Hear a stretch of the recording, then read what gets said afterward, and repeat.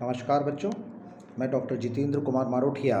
Associate professor इतिहास विभाग, सम्राट पृथ्वीराज चौहान राजकीय महाविद्यालय अजमेर। प्रथम वर्ष कला और हम प्रथम पेपर भारतीय संस्कृति के मूल आधार पढ़ रहे थे और एक लंबे समय के बाद वीडियो के माध्यम से पढ़ा। रेगुलर क्लासेस अपनी होती थी, उसमें हमने बहुत कुछ पाठ्यक्रम का लगभग 90% बात क्लियर भी कर लिया था। हम बात कर रहे हैं 19वीं शताब्दी के समय में धार्मिक और सामाजिक जागरण काल की, जिसे नवचेतना का युग भी कहा जाता है। और बच्चों, बहुत साधारणतः आपने आर्य समाज के बारे में पढ़ा होगा, आपने ब्रह्म समाज के बारे में पढ़ा होगा, केशव चंद्र सेन, रेनाडे, इन सब के बारे में आपने विभिन्न प्रकार से अध्ययन किया होगा और इनके सिद्धांतों को, इनकी मान्यताओं को, इनके आइडियोलॉजी को और ऐसा हुआ क्यों, उस बारे में हम विचार करेंगे। उससे पहले मैं आपको बता देता हूँ कि रामकृष्ण परमहंस, स्वामी विवेकानंद, स्वामी दयानंद, इन सब के बारे में आपने अध्ययन किया होगा। और अब जो मैं धार्मिक और सामाजिक नवजागरण की बात कर रहा हूँ, विशेष संदर्भ में है ब्रह्म समाज और आर्य समाज के। जानते हैं हम कि वही मध्यकाल में मुस्लिम आक्रमण हुआ, हिंदू अपने रक्षा के लिए चारों तरफ जो है कृत्रिम में उन्होंने चार दीवारी खड़ी कर दी थी और ढांचों को सुरक्षित रखने के लिए उन्होंने एक प्रकार से जातीय बंधन को भी लिया था और समाज में स्त्रियों की सुरक्षा हो गई, इसलिए बाल विवाह और एक तरीके से पर्दा प्रथा की बहुत ज़्यादा प्रचलन होगी।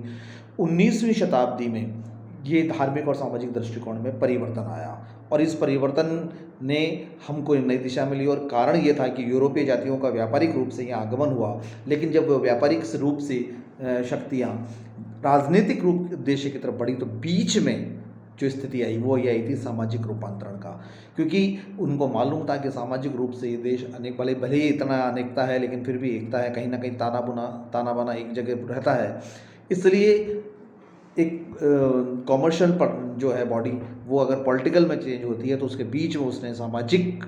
मंच को पूरा कब्जे में करने की प्रयास किया और ये उसमें वह सफल भी हुए। और इसलिए हम देखते हैं कि पाश्चात्य संस्कृति का बहुत अधिक प्रभाव पड़ा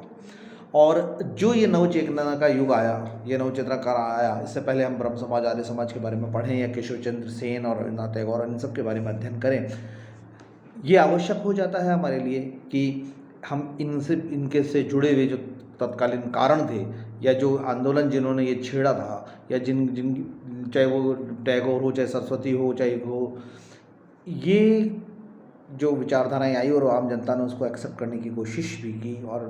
काल नवजागरण का काल भी कहलाया। उसके पीछे निहित कारण क्या थे, क्या ऐसी कौन सी परिस्थितियां थी जिसके कारण से ये सब कुछ हुआ। तो भारतीय समाज और पहला कारण था कि धर्म में जो आम जनता की मान्यता की कुछ ना कुछ दोष है और हम मानते हैं कि प्रारंभ के समय में ही से ही जो ईसाई मिशनरी थी यहाँ आई, उन्होंने हिंदू धर्म में छोटे छोटे सूक्ष्म दोष न केवल निकाले बल्कि आम जनता को उजागर किए और आम जनता उसको एक्सेप्ट करने लगी और ईसाई मिशनरियों की तरफ उनका जो है परागमन भी होने लगा। और यहाँ पर जब ये बहाव बहुत तेज़ी से हुआ, प्रभाव बहुत तेज़ी से हुआ, तब जाकर कोई चिंता का विषय बना और फिर इसलिए जो लोग थे, लीडरशिप थी, जिन्होंने भी इस चेतना को या जन जागरण को अपने बीड़ा उठाया था, उन्होंने अपनी स्थिति को संभाला और तेज़ी से वापस भारतीय समाज को, भारतीय लोगों को अपनी तरफ करने का कोशिश किया और इसलिए ब्रह्म समाज और आर्य समाज की स्थापना भी कही जाती है। तो एक सबसे बड़ा यह था कि भारत में 19वीं शताब्दी में कई सामाजिक और धार्मिक आंदोलन जो है हुए और ईसाई धर्म से हिंदू धर्म की रक्षा किस प्रकार की जाए, ये प्रश्न सामने आया। जब ये प्रश्न आया तो आवश्यक हो गया कि आप सुधार करेंगे। दूसरा एक बहुत नवचेतना कि पाश्चात्य शिक्षा से प्रभाव। भारतीयों ने यूरोपीय दर्शन से जो मुख्य सिद्धांत सीखा था कि परंपरागत धार्मिक मान्यताओं के आधार पर अब तर्कपूर्ण बात करिएगा, तर्क से किस प्रकार से आप कर सकते हैं और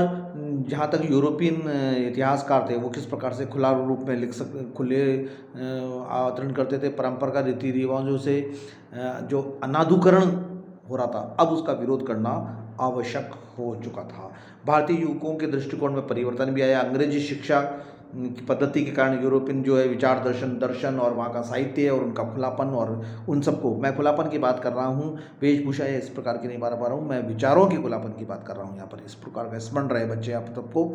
तो इन बातों का बहुत ज़्यादा होने लगा। और भारतीय समाचार पत्रों का योगदान तीसरा मुख्य कारण था कि जो सामाजिक पत्र थे, पहला अंग्रेजी गजट हम जानते हैं कि 1780 में बंगाल में निकला, फिर राजा राम मोहन राय का संवाद कुमुदी थी, और उसके बाद में 1822 में समाचार चंद्रिका स्थापित हुई। तो ये जो समाचार पत्र थे इनका योगदान बहुत था, और उन्होंने यूरोपियन पद्धतियों से, यूरोपियन लेखों की तरीके से, यूरोपियन लेखों की शैली से और उनके उद्देश्यों से उनको निहित कराया। भारतीय में भी ये खुलापन का देखने को मिला, जिससे लोगों बहुत अधिक प्रभावित हुए, और इसके कारण नव चेतना के युग को गति मिली और उनकी शुरुआत को आगे रफ्तार मिली। बंगाल में एशियाटिक सोसाइटी का 1784 में स्थापना हुई, जिसमें यूरोपियन ग्रंथों का भारतीय ग्रंथों में, भारतीय ग्रंथों का यूरोपियन भाषाओं में अनुवाद हुआ, और पारस्परिक जो ये विचारों का आदान प्रदान हुआ, या शैलियों का आदान प्रदान हुआ, या सामाजिक व्यवस्थाओं का आदान प्रदान हुआ, या रूढ़िवादी और परंपरागतवादी या अंधविश्वास, आडंबर, इन सबको चुनौती मिलने लगी। इसका रहा कि धीरे धीरे भारतीय आदर्शों की पूरी पूरी प्रशंसा होने लगी, और एक बार पुनः लगने लगा कि हम पाश्चात्य संस्कृति से दूर हटकर नव चेतना के लगे, और समाज की जो बुराइयां हैं उनका भी पैरेलल समानांतर अंत करेंगे, स्वीकारने लगे कि कुछ ना कुछ हमारी समाज में बुराइयां थी। इसके कारण पाश्चात्य संस्कृति को स्थान मिला था, और अब हम वापस उनको स्थापित करें। और एक बात और आती है सामने निकल कर, जो सबसे बड़ी थी, कि हमारी संस्कृति पर पाश्चात्य संस्कृति का, जो मैंने बच्चों आपको क्लास में पढ़ाया भी था, कि पाश्चात्य संस्कृति का बहुत अधिक प्रभाव पड़ा था। और ये प्रभाव जब तक रहते, भारतीय सभ्यता का प्रभाव ऐसे समय में पड़ंपर हुआ जब यूरोप के विचारों पर बुद्धिवाद और व्यक्तिवाद आधिपत्य जमाया हुआ था। ऐसी स्थिति में पश्चिम सभ्यता के प्रबल वेग के समक्ष भारतीय समाज थोड़ा घुटने दिखाई देने लगे थे। अंग्रेज पढ़े लिखे लोगों के लिए पाश्चात्य आदेश बन गए थे, और ऐसा लगने लगा था कि उनकी संस्कृति को अनुपालना और उनकी अनुपालना करना, उनके अनुसार जीवन यापन करना वे बड़ा गौरवशाली मानते थे। और ये रफ्तार हो गई थी एक तरीके से, आदतन समाज में एक व्यवस्था हो गई थी कि भारतीय संस्कृति का त्याग किया जाएगा। ये तो विज्ञान की प्रकृति ने भी बहुत कुछ अंधविश्वास और रूढ़िवादिता को चुनौती प्रकट की, और हम देखते हैं कि 19वीं शताब्दी में बहुत अधिक कई वस्तुओं की खोज हुई, कई ऐसे नवीन प्रयोग हुए, और वो सफल भी हुए। तो ये सब जो कारण थे कि पाश्चात्य संस्कृति का प्रभाव, प्रेस की स्वतंत्रता और रूढ़िवादी का अंतर, भारतीय संस्कृति में जो मौलिक गुण दोष थे उसके कारण क्या हुआ, और एशियाटिक सोसाइटी का और समाचार पत्रों का योगदान, इन सब के कारण जो है नवचेतना का युग प्रारंभ हुआ। और इसी नवचेतना के युग ने आगे कालांतर में ब्रह्म समाज और युग उसको दिया। तो आगे अध्याय में हम ब्रह्म समाज और उसके बाद में आर्य समाज के बारे में अध्ययन करेंगे। धन्यवाद।